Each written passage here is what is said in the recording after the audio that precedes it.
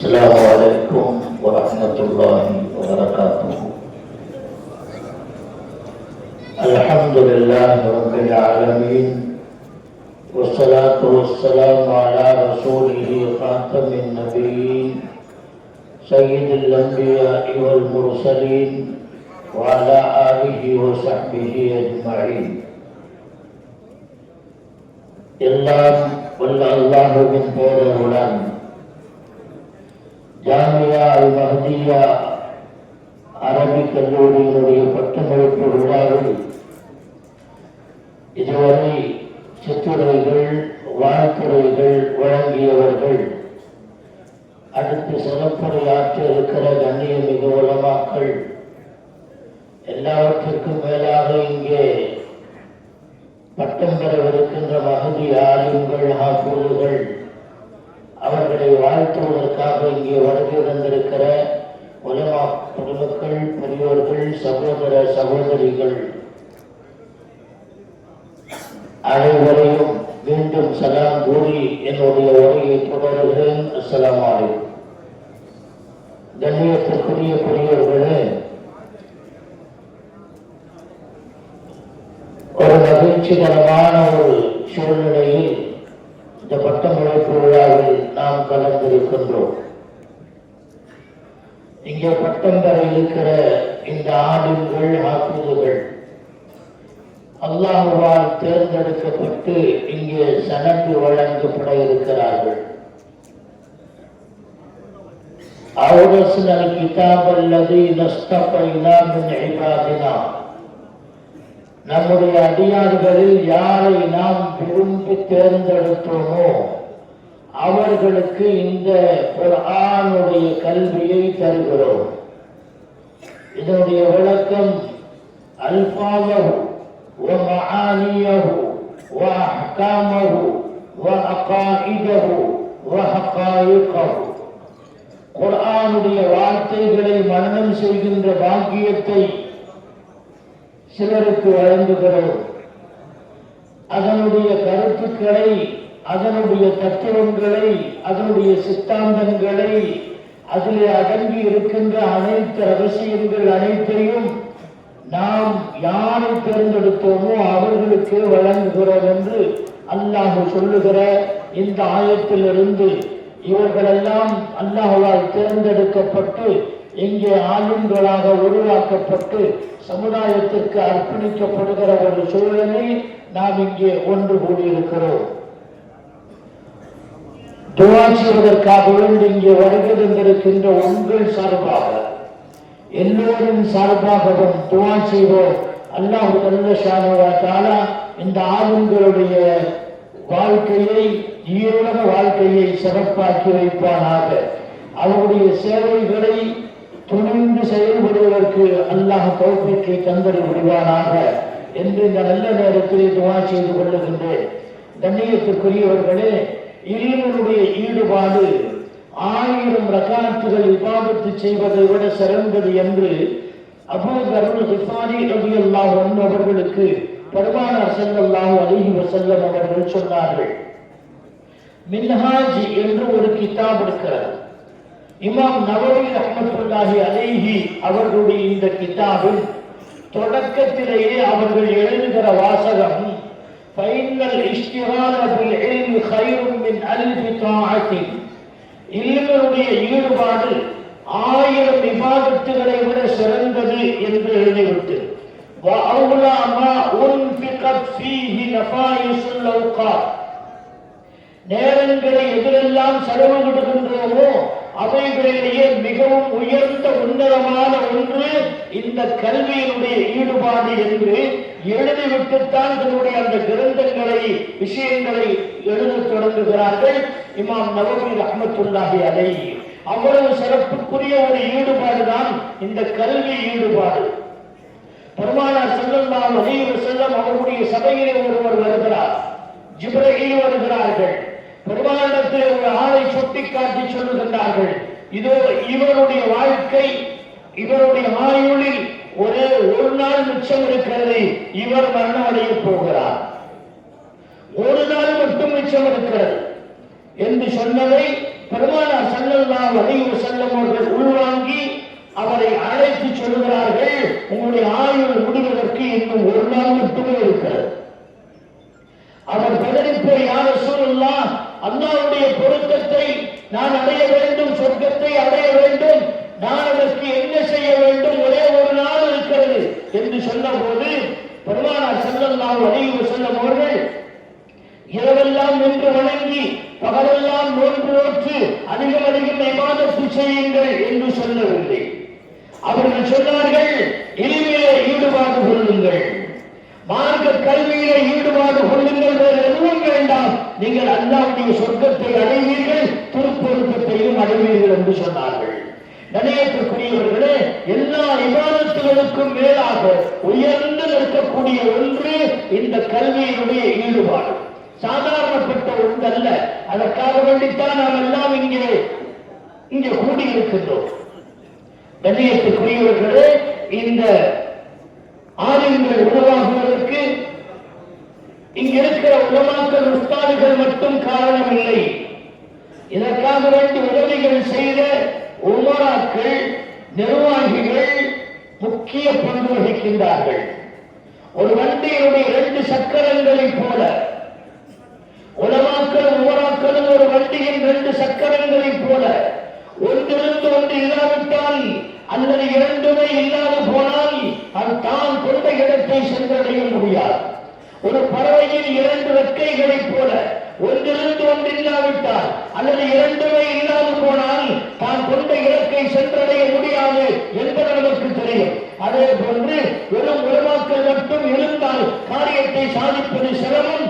உமராக்களும் சேர்ந்துதான் இந்த சமுதாயம் என்ற வண்டியை எடுத்துச் செல்ல வேண்டிய ஒரு சூழ்நிலை நாலா பக்கத்திலும் நிலவுகிறது. பெருமானார் ஸல்லல்லாஹு அலைஹி வஸல்லம் அவர்கள் இஸ்லாத்தை பரப்ப தொடங்கிய நேரத்தில் இந்த 2ம் பயன்பட்டது என்பதை வரலாற்று ரீதியாக நாம் உணர்கின்றோம். ஹிஜ்ரி 100 முடிந்த 101வது ஆண்டு 4 பேர்கள் முஹத்திஸ்கள், கல்விமான்கள் ஒரு இடத்திலே ஒன்று சேர்கிறார்கள். முஹம்மது, 4 பேருக்கும் முஹம்மது என்ற பெயர். முஹம்மது இப்னு இஸ்ஹாக் இப்னு ஹுஸைமா, முஹம்மது இப்னு முன்கதிர், முஹம்மது இப்னு நஸ்ருல் மர்வஸி, முஹம்மது இப்னு ஜரீர் தபரி. இந்த 4 பேருமே இல்முடைய ஈடுபாட்டிலே இருக்கிறார்கள். இவர்கள் சம்பாதிப்பதற்காக வேண்டி வெளியே செல்வதை அவர்கள் விரும்பவில்லை. ஹதீஸுடைய ஈடுபாடு, சட்டங்களை ஆய்ந்து அறிந்து மற்றவர்களுக்கு எடுத்துச் சொல்ல வேண்டும் என்கிற ஆர்வம் இதிலேயே கணிந்து இதிலேயே ஈடுபட்டு 2 நாள் ஆனது, 3 நாள் ஆனது, பசி பட்டினி, வேற வழி இல்லை. அவர்களுக்கு இடையில் ஒரு ஆலோசனை செய்தார்கள். என்ன செய்யலாம்? பொருளாதாரம் நமக்கு தேவை, அதற்கு என்ன செய்யலாம்? சரி, 3 பேர் இங்க இருக்கலாம், யாராவது ஒருத்தர் போய் சம்பாதிச்சு பொருளாதாரத்தை திரட்டி வர வேண்டும் என்று சொன்னபோது, நீங்க இல்ல நான் மாட்டேன், நீங்க இல்ல நானும் மாட்டேன், 4 பேருமே மறுக்கின்றார்கள். கடைசியாக எப்படியாவது ஒரு ஆள் போய்த்தான் ஆக வேண்டும். பசிபட்டினியோடு இந்த வேலையை செய்து கொண்டிருக்க முடியாது, என்ன செய்யலாம்? சீட்டு குலுக்கி போடப்படுகிறது. அன்றைக்கு இரவு யாரெல்லாம் ஷைத்தான் நடமாடுகின்ற பஜாரிலே என்னை நடமாட விட்டு விடாது, உன்னுடைய ரஹ்மத்தை இறங்கக்கூடிய இல்முடைய சபையிலே என்னை ஈடுபடுத்துவாயாக என்று துஆ செய்து கொண்டு படுத்தவர்கள். முஹம்மது இப்னு நஸ்ருல் மர்வஸி ரஹ்மத்துல்லாஹி அலைஹி சீட்டு குலுக்கி போட்டார்கள். யார் அல்லாஹ்விடத்திலே துஆ செய்தாரோ அவருடைய பெயரே வருகிறது. அன்றைக்கு இரவு கனவு காணுகின்றார்கள். பெருமானார் ஸல்லல்லாஹு அலைஹி வஸல்லம் அவர்கள் அறிவிக்கின்றார்கள், நீங்கள் பொருளாதார ஈடுபாட்டில் இருப்பதும் கல்வியினுடைய ஈடுபாட்டில் இருப்பதும் 2ம் சமம்தான், இதில் எந்த விதமான வித்தியாசமும் இல்லை என்று ஆறுதல் தருகின்றார்கள் பெருமானார் ஸல்லல்லாஹு அலைஹி வஸல்லம் அவர்கள். அங்கே அஹ்மது இப்னு தூலூன் என்று சொல்லப்படுகின்ற திமஷ்க் நகரை ஆண்டு கொண்டிருக்கக்கூடிய அந்த பகுதியினுடைய ஒரு கவர்னர் அஹ்மது இப்னு தூலூன் ரஹ்மத்துல்லாஹி அலைஹி அவர்களுக்கு கனவில் பெருமானார் ஸல்லல்லாஹு அலைஹி வஸல்லம் அவர்கள் தோன்றுகிறார்கள். அஹ்மது இப்னு தூலூன் அவர்களே, இதோ என்னுடைய கலாமை, என்னுடைய ஹதீஸை ஆய்வு செய்து கொண்டிருக்கின்ற இல்முடைய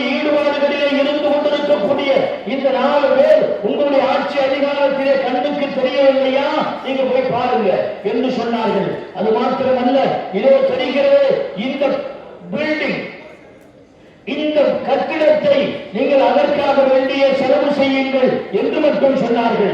பெருமானார் ஸல்லல்லாஹு அலைஹி வஸல்லம் இந்த கனவு அடுத்த நாள் பார்க்கின்றார்கள். அந்த இடத்திற்கு புறப்பட்டு செல்லுகின்றார்கள். அதே பில்டிங்கிலே அதே 4 பேர் இருக்கின்றார்கள், ஆய்வு செய்து கொண்டிருக்கின்றார்கள். அதை அஹ்மது பின் தூரூன் பார்க்கிறார். இந்த பில்டிங்கை நான் இந்த தீனுடைய இல்முக்காக வேண்டி வக்ஃப் செய்து விடுகிறேன். அது மாத்திரமல்ல, உங்களுக்கு தொழுவதற்காக வேண்டி, உங்களை நாடி வரக்கூடியவர்கள் தொழுவதற்காக வேண்டி பக்கத்திலே ஒரு மஸ்ஜிதை நான் கட்டித் தருகிறேன் என்று ஒரு மஸ்ஜிதை அவர்கள் கட்டி தந்தார்கள். அது இன்றைக்கு ஒரு பிரம்மாண்டமான கல்வி கல்லூரியாக, பிரம்மாண்டமான பள்ளியாக இன்றளவும் நின்று நிலைத்திருக்கிறது என்பதை பார்க்கிற போது கண்ணியத்திற்குரியவர்களே, பெருமானார் ஸல்லல்லாஹு அலைஹி வஸல்லம் அவர்கள் இந்த பொருளாதார ரீதியாக உதவி செய்யக்கூடியவர்களும் இல்மினுடைய ஈடுபாடு கொள்ளுகின்ற உலமாக்களும் 2 பேரும் சேர்ந்துதான் இந்த சமுதாயத்தை வழிநடத்தி செல்ல வேண்டும் என்கிற மைய கருத்தை அங்கே நிரூபிக்கின்றார்கள் என்பதை இதிலிருந்து நம்மால் புரிந்து கொள்ள முடிகிறது. கண்ணியத்திற்குரியவர்களே, குஸ்துன்துனியா என்று சொல்லப்படுகிற ஒரு கான்ஸ்டான்டினோபிள் என்று சொல்லுகிறவங்க, அந்த குஸ்துன்துனியாவை சஹாபாக்கள் கைப்பற்றுவதற்காக வேண்டி படையெடுத்து புறப்பட்டு சென்றார்கள். போர்க்களம், இங்கே முஸ்லிம்களுக்கு தோல்வி கிடைக்குமோ என்கிற ஐயப்பாடு, அச்சம் இருந்த சூழ்நிலையில் அபூ அய்யூப் அல்-அன்சாரி ரலியல்லாஹு அன்ஹு வேகமாக சப்புகளை கிழித்துக் கொண்டு முன்னேறி செல்கிறார்கள், ஜிஹாது செய்கின்றார்கள். அப்போது சிலர் சொல்லுகின்றார்கள், ஏன் தன்னைத்தானே நாசமாக்கிறார் என்றால் பேசாம இருக்க வேண்டியதானே, இவராகவே போய் தன்னை தானே அழித்துக் கொள்கிறார்கள். அல்லாஹ் சொல்லுகிறான், வலா துல்கு பி ஐதீக்கும் இலா தஹ்லுகா, உங்களுடைய கரங்களை நாசத்தின் பக்கம் நீங்கள் விட வேண்டாம், உங்களை நீங்களே நாசமாக்கிக் கொள்ள வேண்டாம். அல்லாஹ் சொல்றான், இவர் முன்னேறி சென்று கொண்டிருக்கிறாரே என்று அங்கலாய்த்தார்கள். முதல் சப்பிலே நின்ற அபூ அய்யூப் அல்-அன்சாரி ரலியல்லாஹு அன்ஹு திரும்பி வருகிறார்கள். என்ன பேசுகிறீர்கள்? நீங்கள் சொல்லுகிற கருத்து அல்ல. இந்த ஆயத்து எதற்காக எடுக்கப்பட்டது என்பதை எனக்கு தெரியும். இவர் ஒரு சஹாபி, பெருமானார் ஸல்லல்லாஹு அலைஹி வஸல்லம் அவர்களுக்கு இடம் கொடுத்தவர்கள். தன்னுடைய வீட்டினுடைய மேல் பகுதியில் 6 மாத காலங்கள் தங்க வைத்து ஹிதமத்து செய்த பாக்கியம் பெற்ற பெருமகான் அந்த அபூ அய்யூப் அல்-அன்சாரி ரலியல்லாஹு அன்ஹு அவர்கள் சொல்லுகிறார்கள், இதனுடைய கருத்து அதுவல்ல. சஹாபாக்கள் அல்லாஹ்வுடைய பாதையிலே செலவு செய்தவர்கள், முஹாஜிர்களுக்கு உபகாரங்கள் செய்தவர்கள். ஒரு குறிப்பிட்ட காலத்திற்கு பின்னால் சரி, இனி சஹாபாக்கள் எல்லாம் செல்வந்தர்களாக ஆயிட்டாங்க, இனி அவங்க வேலையை பார்க்கிறாங்க, இனி நாம நம்ம வேலையை பார்க்க வேண்டியதுதான் என்று வியாபாரங்களுக்கு திருப்பி செல்ல வேண்டிய ஒரு சூழ்நிலைக்கு அவர்கள் வந்து விட்டார்கள். அந்த நேரத்தில் அல்லாஹ் ஆயத்தை இறக்கினான், அப்படி செய்ய வேண்டாம். அன்ஃபிகு ஃபீ ஸபீலில்லாஹ், அல்லாஹ்வுடைய பாதையிலே நீங்கள் செலவிடுங்கள். வலா துல்கு பி ஐதீக்கும் இலா தஹ்லுகதி, இனி அவங்க பார்த்துக்குவாங்க, நமக்கு என்ன தேவை, இனி அவங்களோட வேலையை அவங்களோட பார்க்கட்டும் என்று நினைப்பது இருக்கிறது. உங்களை நீங்களே நாசத்துக்கு விடுவது என்று அல்லாஹ் அறிவுறுத்தி, ஃபஹ்சினு இன்னல்லாஹ யுஹிப்புல் முஹ்சினீன், செய்த உபகாரங்களை தொடர்ந்து செய்து கொண்டே இருங்கள், அல்லாஹ் உபகாரம் செய்யக்கூடியவர்களை நேசிக்கிறான் என்ற ஆயத்து இந்த நேரத்தில் தான் இறங்கியதே தவிர சஹாபாக்கள் அவர்கள் வந்த வேகத்திலே திரும்பி போகலாம் என்று நினைத்த போது அல்லாஹ் இந்த ஆயத்தை இறக்கினானே தவிர நீங்கள் அவங்க வேலையை பாருங்க என்ற கருத்து இருக்கிறது. அது நாசத்தின் பக்கம் உங்களை இட்டு செல்லுகிற வேலை என்ற கருத்தை அல்லாஹ் இறக்கினான். இதுதான் இந்த ஆயத்துடைய பின்னணி என்று அபூ அய்யூப் அல்-அன்சாரி ரலியல்லாஹு அன்ஹு அவர்கள் சொன்னார்கள். எனவே நம்மள்கிட்டையும் அது இருக்குது. அஜத்துமார்களா அவங்க வேலையை பார்க்கட்டும், வியாபாரிங்க அவங்க வேலையை பார்க்கட்டும், யார் யார் எந்தெந்த துறையில் இருக்காங்களோ அவங்களால பார்க்கட்டும், நாம சம்பாதிக்க போலாம், நம்ம பொருளாதாரத்தை வளர்ப்பதற்கு நாம பார்ப்போம் என்று நாம் நினைக்கின்றோமே, இதை அல்லாஹ் தஹ்லுகா என்று சொல்லுகிறார். உங்களை நீங்களே நாசப்படுத்துவது என்று அல்லாஹ் சொல்லுகிறார். எனவே தொடர்ந்து சமுதாய முன்னேற்றத்திற்கு, சமூக முன்னேற்றத்திற்கு, மார்க்க கல்வியின் முன்னேற்றத்திற்கு உங்களான உதவிகளை நீங்கள் செய்து கொண்டே இருக்க வேண்டும்.